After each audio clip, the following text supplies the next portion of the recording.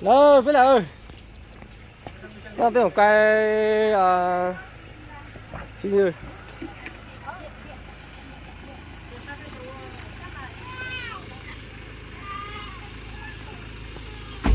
anh bay mà chỉ lại mà cái tên một cái gì muốn tại cuốn tên một cái gì lại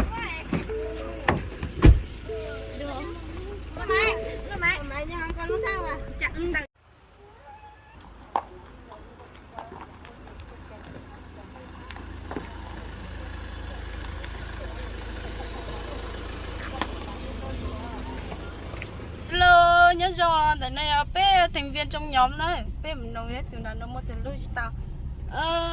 Con bây giờ cứ lúc em thanh sẽ muốn đi nhớ khỏi thì tua, nhớ Sapa tua em mua từ lúc tao. cũng mua đấy Em thấu có từ Facebook thôi cha. cứ từ Facebook thì thí sinh thôi Chào. Em từ nó cho đua con bây giờ. nhớ sao cứ lúc đây hua xì nó Có mua từ lúc tao. cũng mua từ lúc là đâu Nó có mua nó nhiều chạy chung là. cũng mua nó nhiều có chỉ xong Em có thấu có từ Facebook thôi cha. cứ từ Facebook thì nữ thì thể xứ nữ hua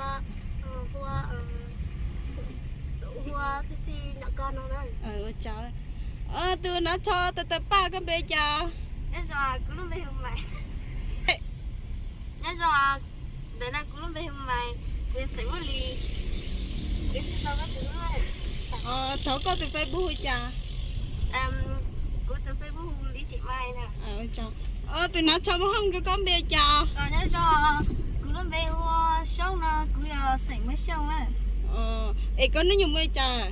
cứ nó nhiều mua ly cầu chỉ xong vô lo cả trái show Ê có từ Facebook thôi cha. của từ Facebook về mua là những cấp chủ đấy Chào. Từ nó cho đàn nó cá con đi xong à. cũng cầu bé show sáng một cặp lá show Là chỉ một thờ.